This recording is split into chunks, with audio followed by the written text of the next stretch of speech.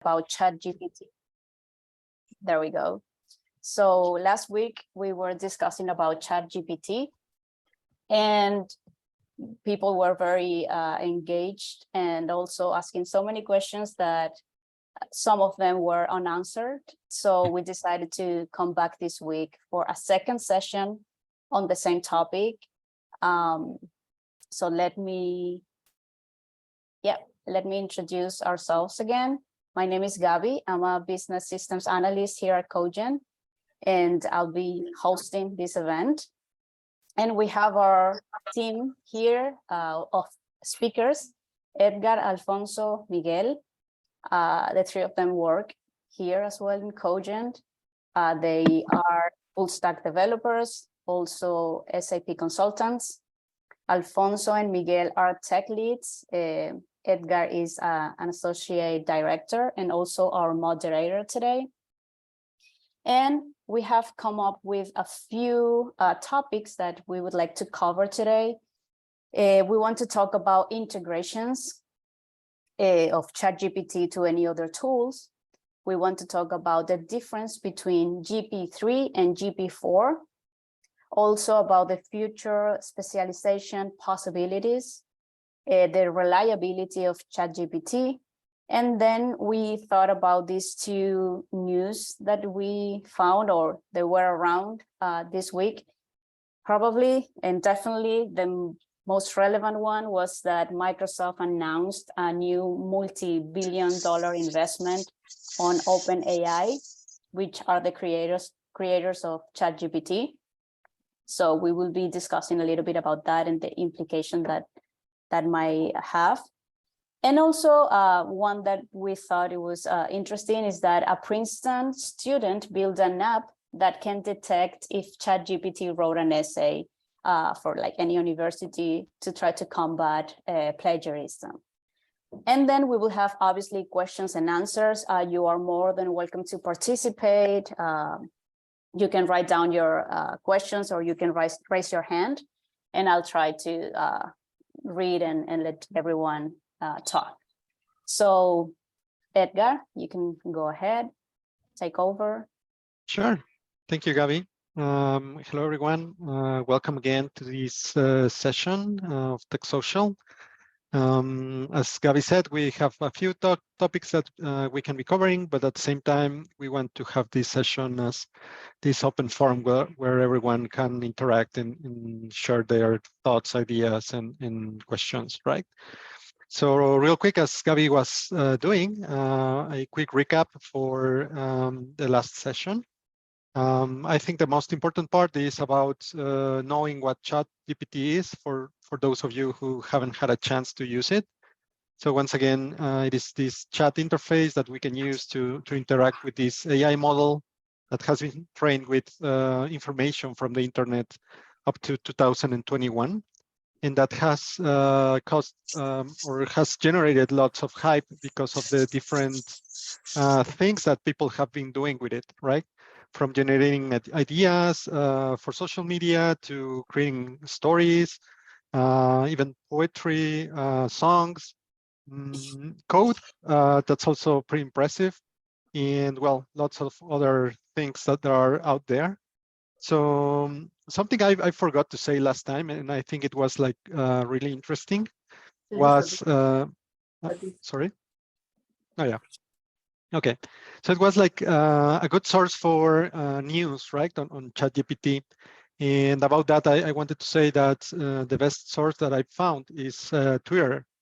So basically, there I've managed to find like different ways to interact with the chat, and you know, like some imaginative ideas that people has had and has introduced into it, how it is interacting with other technologies.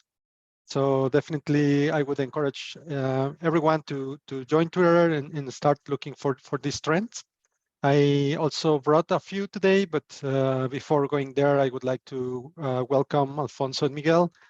And I'm eager to know what they have learned this week and the things that they've discovered. So over to you guys. Sure. Thank you, Edgar. I'd like to start sharing my screen. Just give me a second.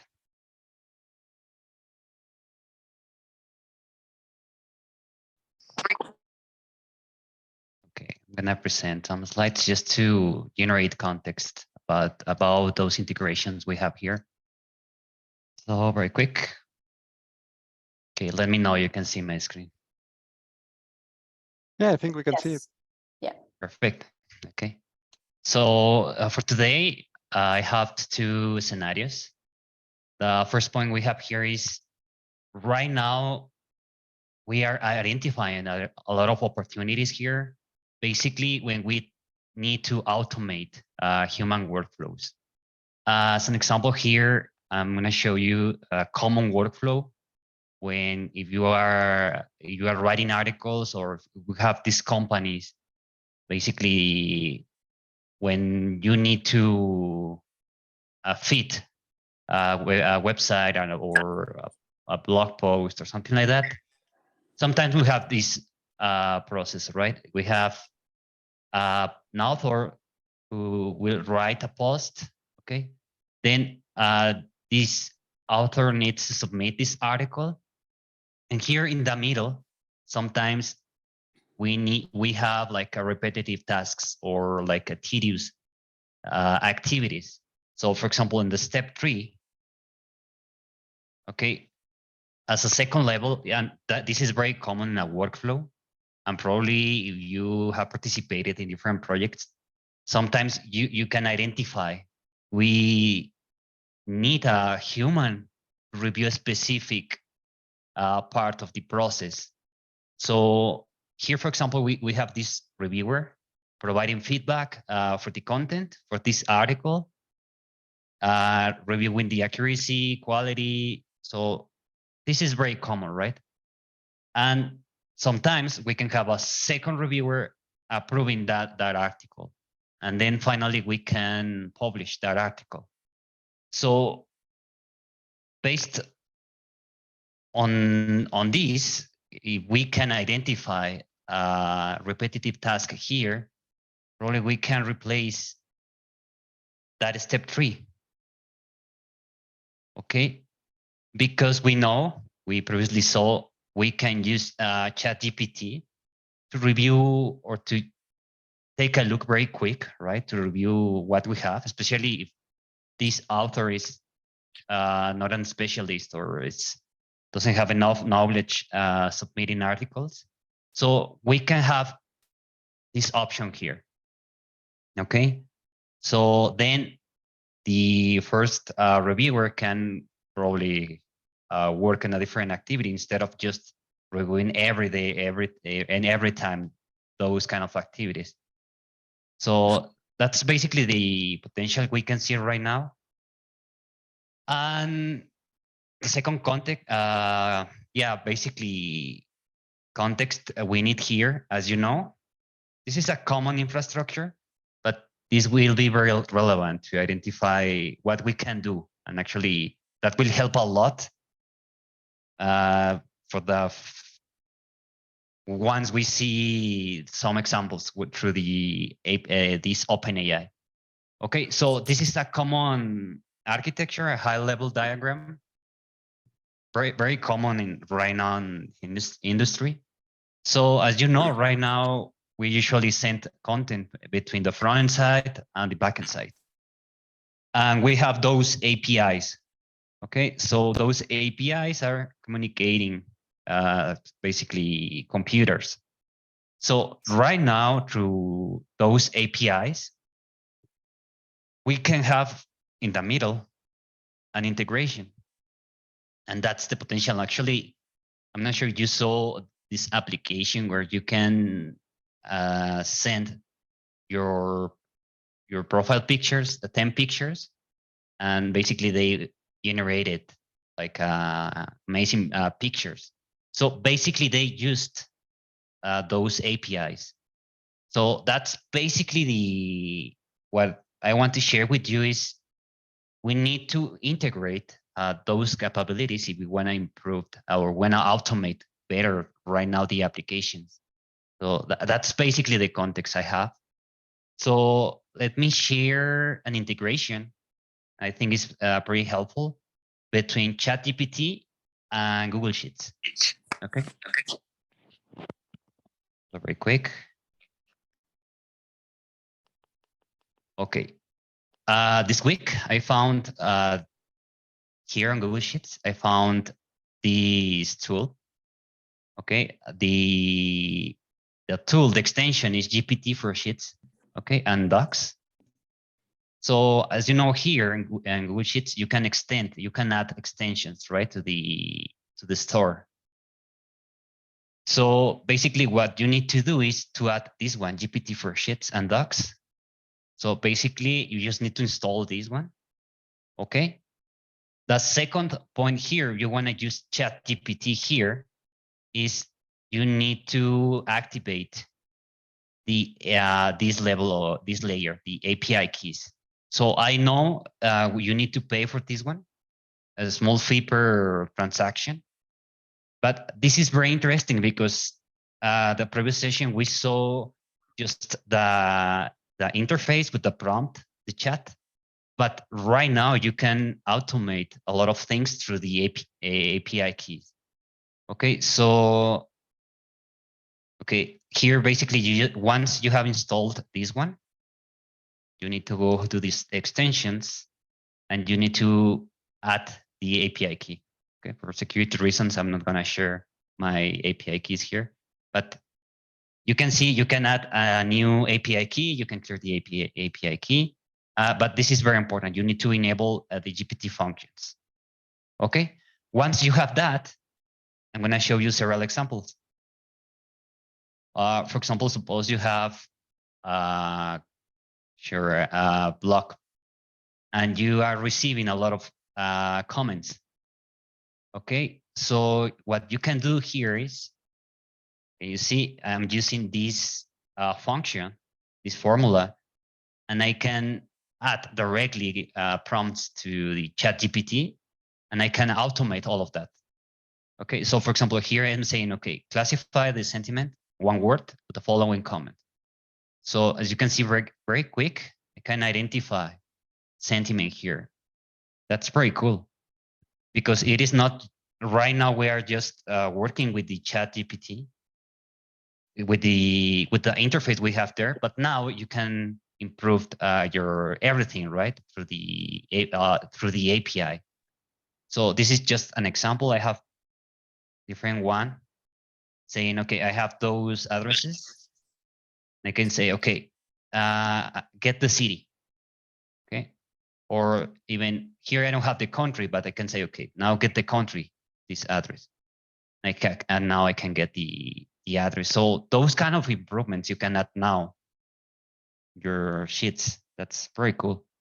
And the same we saw before, we can do this, right? We can have a big disk and you can say, okay, summarize the following paragraph. And then you can see a small version of all of that. So yeah, as you can see, this is just an example, but you can take a look. You can install this extension and you can use your internal projects and your sheets just to review or just to automate specific things, those repetitive tasks. And I know Alfonso has also added an activity, an example there. Yes. Hello, everyone. Yeah, I want to share something. Maybe, Miguel, if you can share again your slide where is the human workflows. Sure. Just to set like an example here. Sure.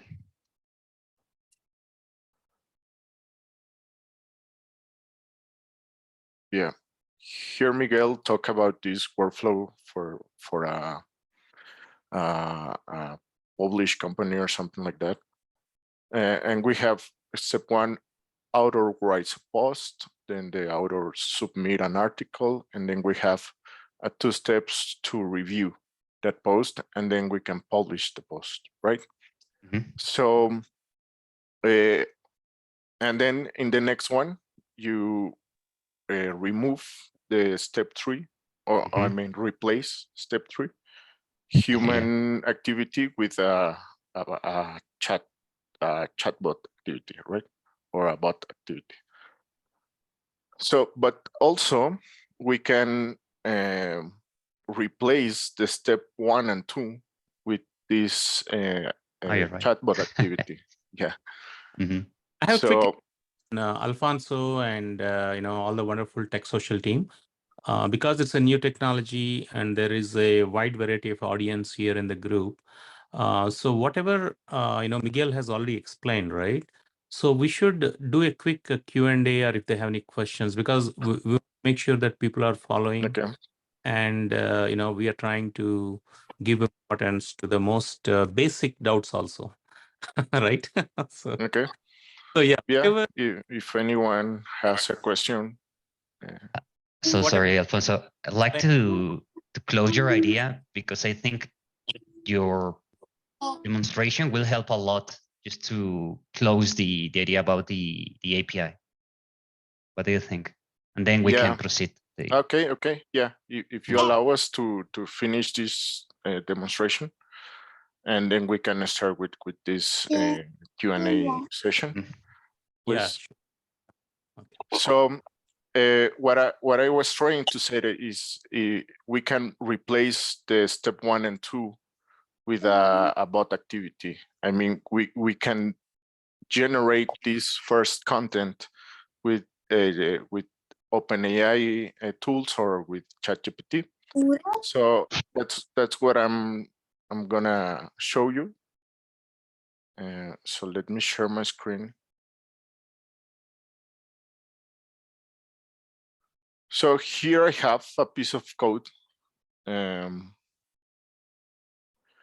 interact with OpenAI through OpenAI API. Okay, so this is the piece of code. We need the secret key to interact with API, and we are using these two methods: OpenAI create completion and create image. Okay, so here is like the human. We also can automate this part, but what I'm gonna do here is just to give these inputs a topic name, or what kind of text we want to create, if we need an image or not, and what kind of image we want to create. Okay, so for example, here I have a poem about energy and clean energy. Okay, and we are going to create an image, a green and healthy planet Earth. Okay, so if we run this, I'm gonna run the program. We will have this output. So here, sorry, let me do this. Here is the output, and is the poem. And here we have the image. So if we open this, we are going to see this image that OpenAI creates in a few seconds. Okay, so we can also change, for example, I don't know, maybe we can here talk about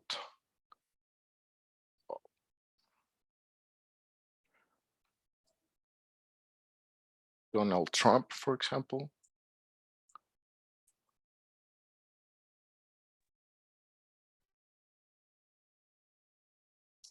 Bar, right? There. Donald Trump, and maybe we can check it on Trump. Maybe we want an article. Be careful with this topic name.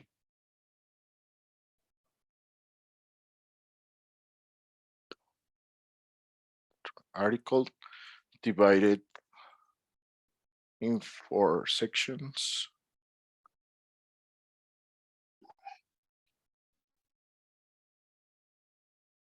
And I want an image about USA president, for example.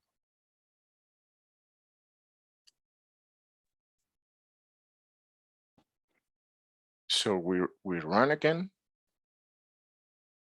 and OpenAI will create an article divided in 4 sections, and then again it will create a new image about USA president. So if we open the image, here we have an image, and we have an article divided in 4 sections. Okay, but also we can do it for Twitter post, for Instagram post, or maybe to a product product description. Maybe if we put here sunglasses or headphones, and we want like Logitech headphones.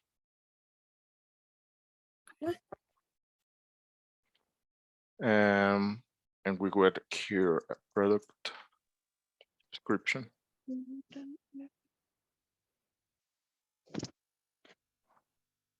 And maybe we can click here and nice headphones, or nice and cute headphones. Right, so we can run again the program, and then we will have a product description. This is the product description, and a new image created from scratch, right? So And this is unique, right? Yeah, this is unique. That means that this image doesn't exist in internet. What OpenAI is doing is getting the information that we ask for as an input, and merge all the information and create a new image. So it's using DALL-E at this point, right, for images? Using what? It's DALL-E. using the DALL-E. Yeah, DALL-E. DALL-E, correct. And is there any way, Alfonso, that someone else has a similar approach and gets the same image? No. No, actually, if Okay. we run again the same program with the same inputs, we will get a have a different image. different answer. So let me run again, and we will have a different image and a different product description. Yeah, Gabby, you can play the role of a laywoman in technology and ask all the basic questions. Now That we will- have I'll this. try. Many. Yeah. And actually, another feature that OpenAI has through APIs, maybe we can upload a post and we can add something to that existing image. We can have variations of the same image. So we have like a lot of things that we can do using this API, and many things that we can automate, because maybe, as I said, the step 1 and step 2, just running this simple program, we have an article, right? Mhm.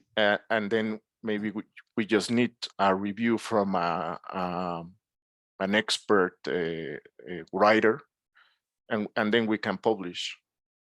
So we can summarize, or the workflow in many steps using these AI tools.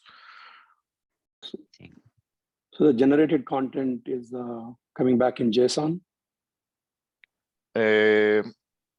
Yeah, well, we have this. Actually, it's just a string, But with So the whole structure is JSON, right? You can just yeah, use it. JSON. If Correct. we want to generate a PDF out of this, we should be able to do that. Yeah, sure. Okay. So this is the example that I built for you. yeah, it's very What do you useful think? actually. I have few use cases to share as well. Is it okay if I can Sure, do that sure. at some point? Yes, go ahead, please. Let me join from my computer.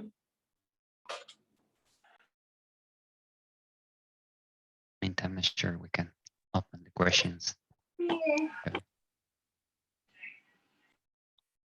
Yeah, so maybe while we do that, I think it's nice to see these examples that Miguel and Alfonso were providing. Basically, I think they went one step further, right? Because so far we have seen that this interaction that we have with ChatGPT goes through this user interface where we can type and then it will respond to our input. And here what they showed us practically is how we can do this interaction through another layer, right? Like at a different level. So most probably many people who are currently building all of these products that we start seeing on the internet that have this interaction with the AI, they are following this same approach. And I believe it's nice to see how these new interactions, how these new pieces, right, start coming up together, different products. And I also wanted to talk about a little bit, about this, for example, Chrome extensions, right, that you can start seeing on the internet. So while we get back to Bhaskar, I think he wanted to share a few things. I would like to share my screen real quick. And I wanted to talk about these things that I came up with coming from the internet. So let me do that real quick. Yeah. And please let me know if you can see my screen. So this is something I was talking about before, right? A lot of content gets generated these days here on Twitter. And this definitely is like a great resource if you're curious about what's coming up, like what are the latest news or how you can start interacting with it. There are some ideas here. For example, there's this Twitter channel where they share prompts, right? And that basically means that they tell you, yeah, so you can go and try this. And then you can, like take some of this content, go into your chat window, and then, start seeing how the chat interacts and starts responding according to how you instructed to interact, right? And those kind of content, it's something that you can find, and I think it's also something I would encourage, because it is almost like every day new content is getting there and you can see it. So yeah, that's something I would like to share with you. And about these other like integrations and things like Alfonso and Miguel were sharing, there's also people building some, for example, extensions. For example, Google Chrome extensions are these small programs that you can add to your browser directly, right? So you can see them, for example, here. And basically, you can start adding more functionality to your browser. That means you are browsing the internet, looking up for things, and then you can start getting more information from these small apps, right? So people are building on top of the chat integrations, for example, to provide context to the chat. And so you can see content that is up to date and not only from 2021 and back, right? So that's something that you can start seeing there. And they are doing, like all kind of creative ideas, like getting predictions for the year. They also use it to generate email replies, right?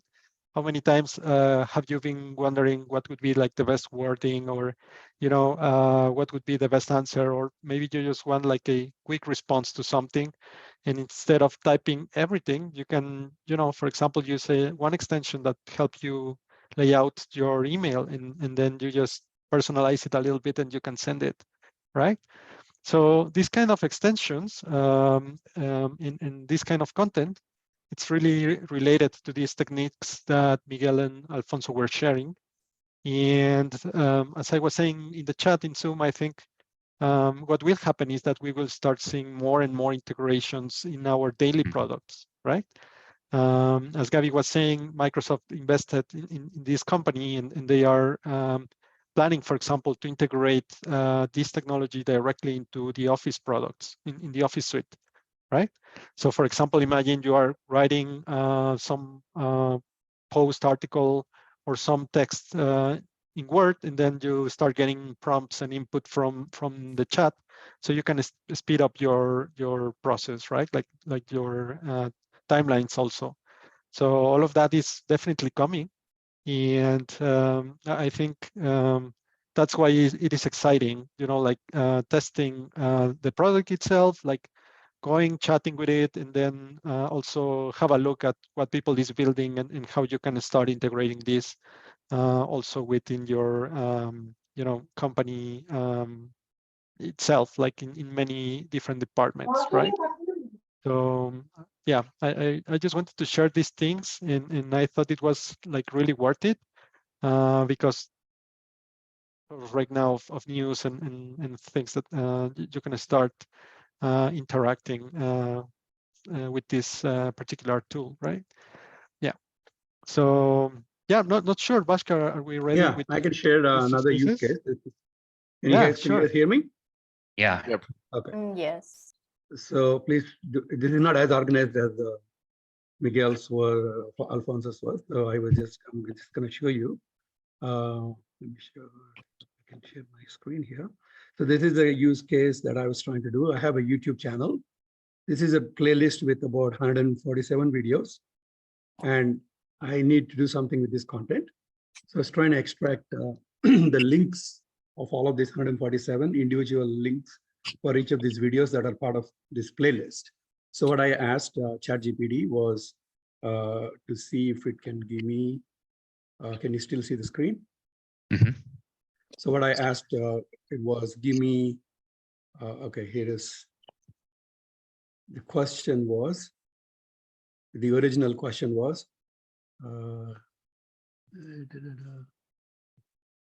see here, on the top, I highlighted it. No, we are seeing only YouTube link. Yeah, we're just Okay. seeing YouTube. Give me 1 second.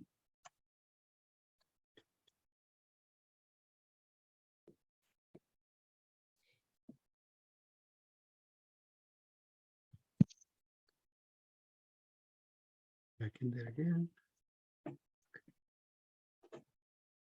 All right, you see now? So the top question I asked them was, give me a code, app script. I specifically asked for Google App Script.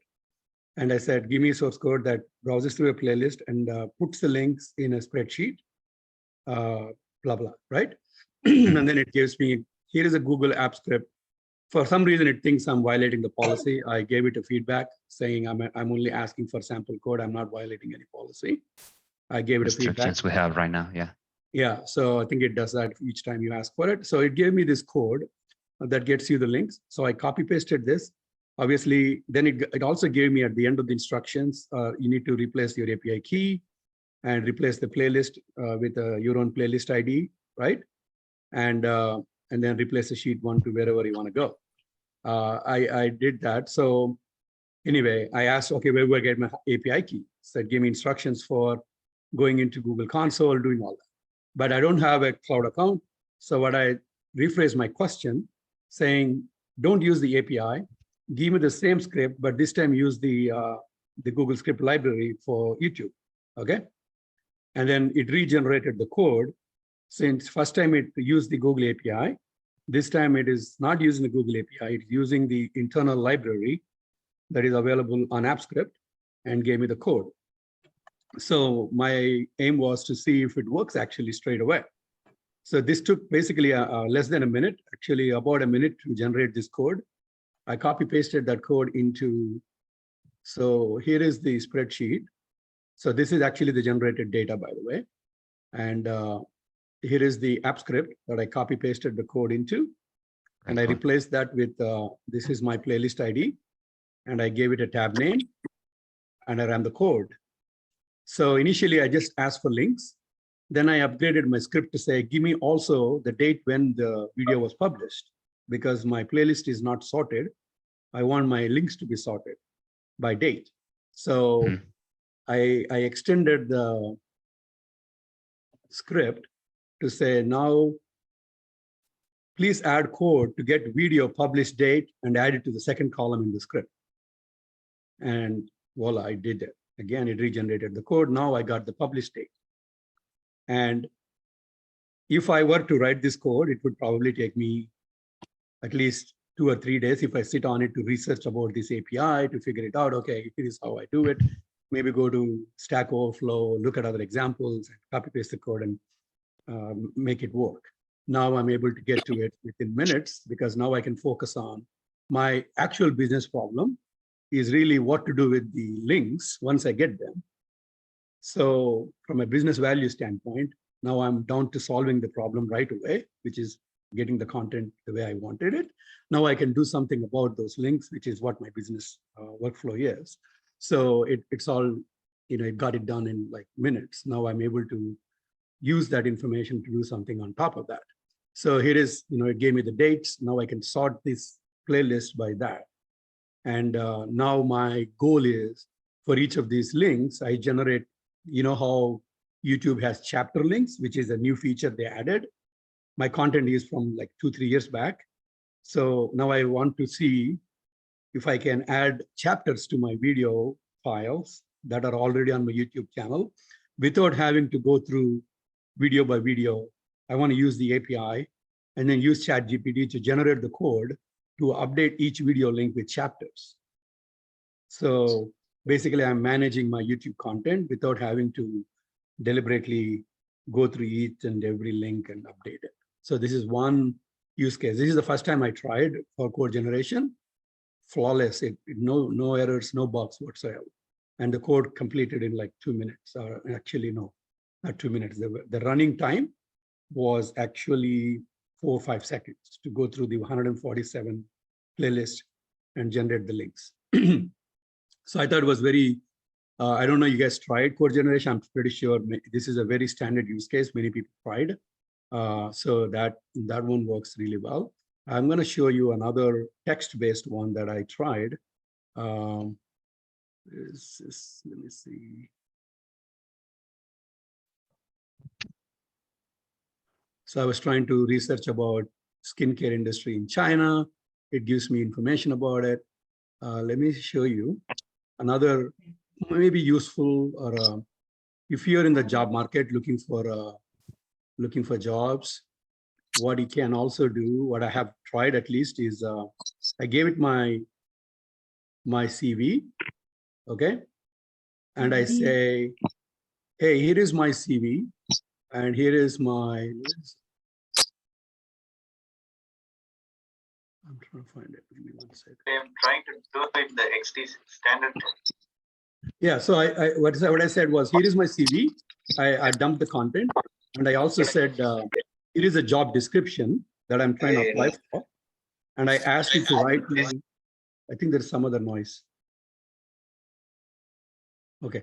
Then I asked it to write me a job description, a cover letter for it. Okay. And it gave me this cover letter.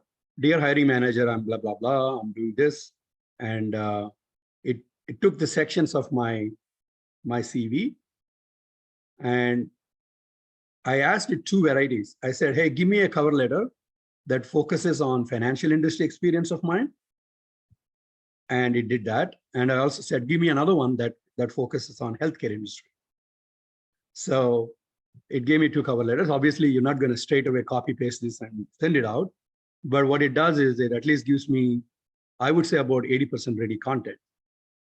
And it uses the words that are in the job description to explain the sentences in a way that, okay, here is where my experience matches with what you're asking me for.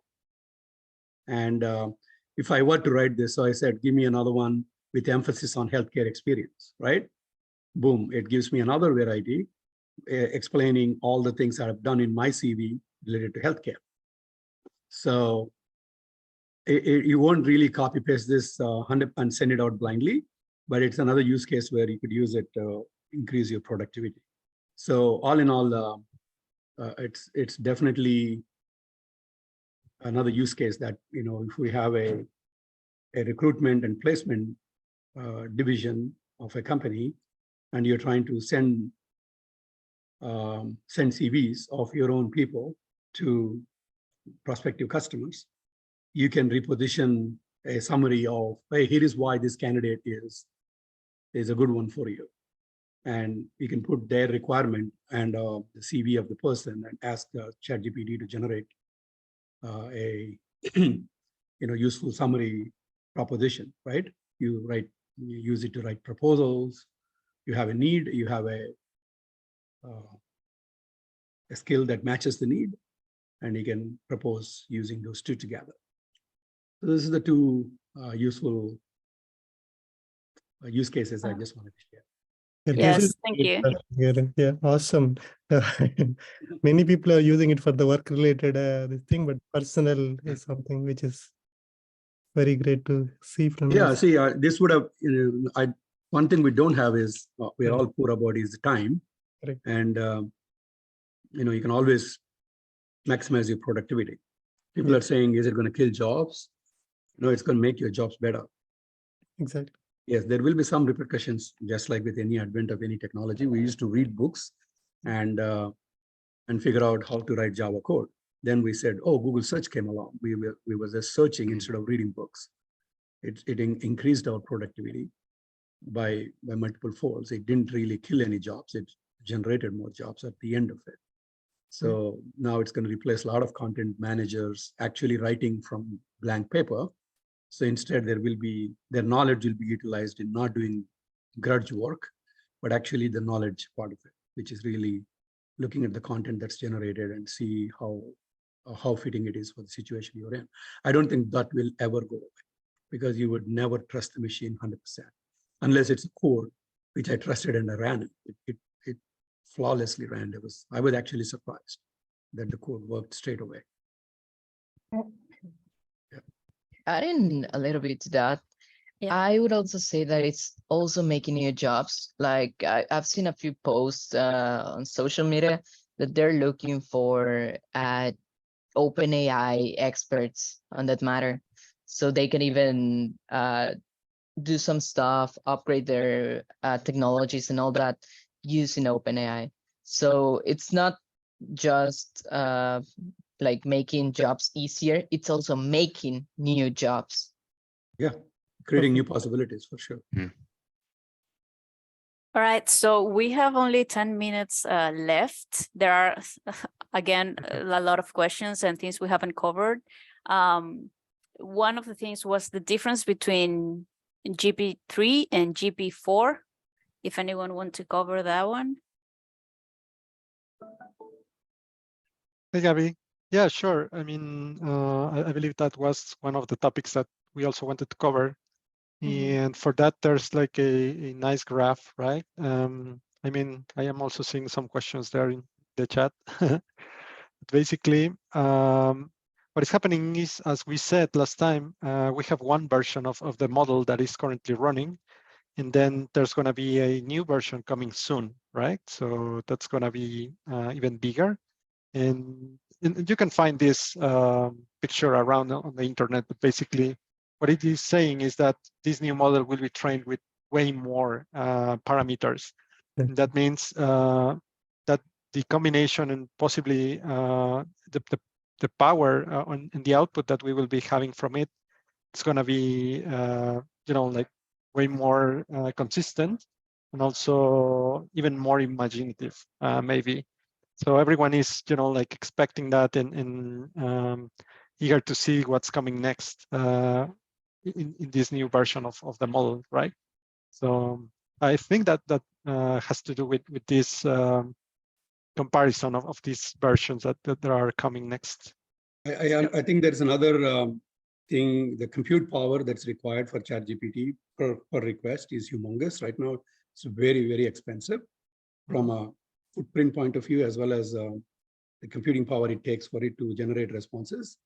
The GPT-4 will focus on enhancing that. So it uses less computing power to generate. The number of parameters obviously will make a difference. But I think for this technology to survive, the key is how the underlying mechanisms become very efficient. Right now, it's not sustainable from pure carbon footprint standpoint. It's like how crypto came along, and it requires humongous servers, form of servers to keep on doing mining forever, which is really not friendly on the environment, because now you're digging up all this computing power just to keep mining all day, all night, which is really not safe on the humankind. So that's the downside of ChatGPT, where now you created this humongous machinery that needs to be up and running all the time, because now you're going to tie everybody together around with it, just like how we're all tied to Google search, and people are going to create business models and things around the efficiencies around this particular mechanism. Then it becomes an important tool for it to be up and running all the time. In order for that to happen, there is a huge cost involved. Microsoft is putting billions of dollars into it, and it needs to keep on evolving. So that whole footprint needs to come down for it to survive and go forward. The computing necessity for this has to come down. Right now, it's very, very high. So if you were to do similar number of searches that happen in a given day on Google, on ChatGPT, the cost is about $250 million a day. So you can't really sustain that. So that is coming up, I'm pretty sure, in GPT-4, where they need to focus on doing this with less computing. That's going to be the challenge behind it. Thanks for that information. There's one question here that I think relates a little bit with one of our topics. Is there any way for someone to know if something is generated by ChatGPT, which again was one of the things we wanted to cover, that a Princeton student created a tool that will know if an essay, for example, was created by the bot. So do you know what's behind this type of things? Another AI to detect another AI. I think somebody tried that. I think that is true as well. Somebody tried to write a program to see if it is auto-generated or not. I think if it is too perfect, then no grammatical errors is probably one indication. I don't know how it is done, but somebody did use AI to detect just like when deepfake happened, when people created deepfake videos of all famous personalities and things like that. Somebody wrote another algorithm to detect this is actually a deepfake. So just like antivirus, that war is going to happen. So people are going to create viruses, and they're going to be antivirus to do that. Passwords, creating passwords and then breaking. So this is going to be a war from a technology standpoint. So I think that's definitely going to be something to watch as well. Yeah, right. I want to add. Yeah. Google also has an AI that knows if the content is generated by an AI or not. But they were asked if they want to avoid that kind of content in Google, and they said that no, they won't avoid that kind of content. Just they want to check if the content is good for humans or not.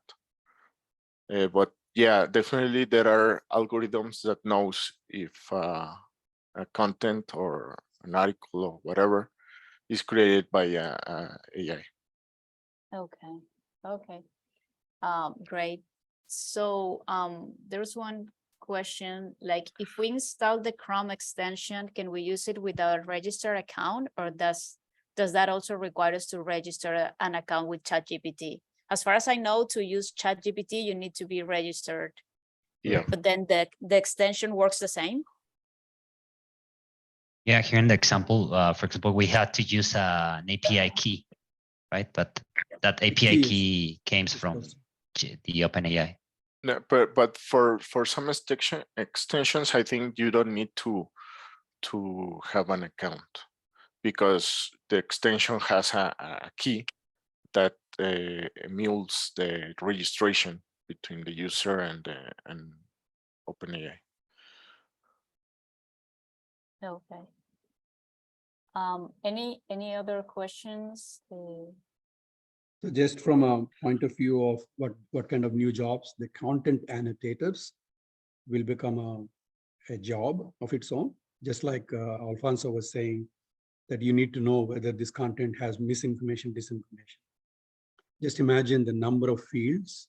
Let's say somebody puts out COVID-19 vaccine misguidance out there using ChatGPT, but that needs to be annotated and presented back to, or corrected back on the platform wherever that content is showing up. So it becomes the content publisher's responsibility to make sure the content doesn't have misinformation, disinformation. That means now you need to employ people to actually annotate the work content that's being put out there. So Google, see, ultimately, where are these people are going to put this content? They're going to publish it out on their platform. So it's going to show up on the internet. And Google is now serving that internet. It's not going anywhere. This is going to be a wonderful cohesive system that works together. So in fact, all this is going to generate more content to Google, which is going to make Google more relevant than not.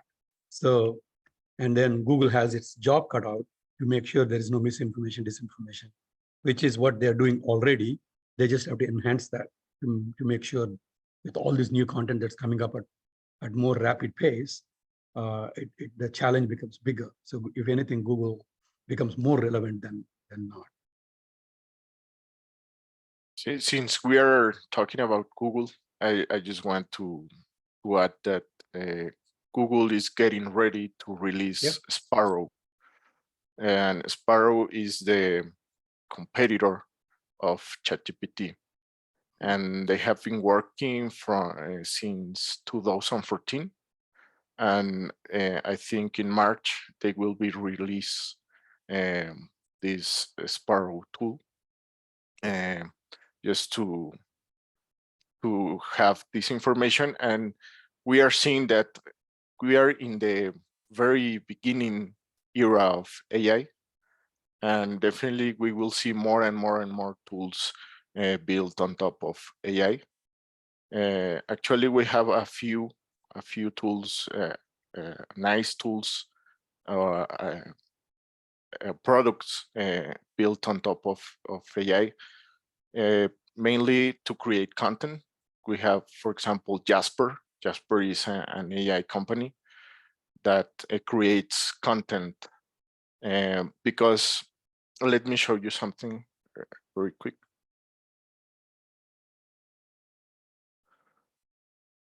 This is another feature that OpenAI has today.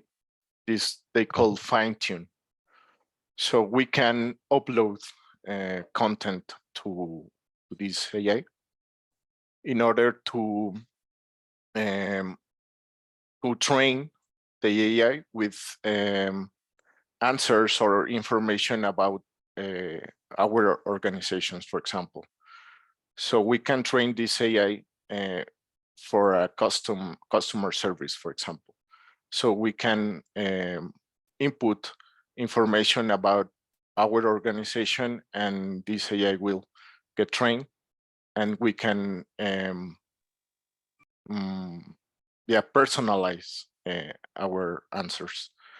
So these companies, for example, Jasper, as I said, is focused or specialized just in content, text content, but they can do like many things, marketing, sales emails, cold emails, SEO, love letters, captions, and different things. We also have copy AI that is something like Jasper. But also we have this citation that creates AI videos. I mean, this person here is an avatar, and it can move the lips according with the text that we can input, and you can change the avatar. You can change the languages that of the video. You can add scripts and many kind of things. And also Flicky do something like this one. So definitely we will see more and more companies doing things on top of AI. And we are in the very beginning of this era of AI. So it will be exciting what happens in the next months. Definitely. Okay, so we have come to the end again.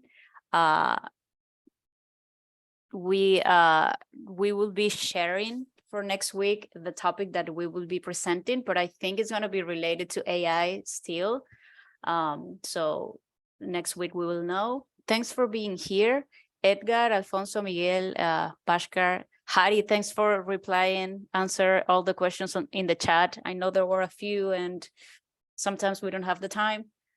But thanks everyone. And if there's any I just want to add something very funny. So yes, go ahead.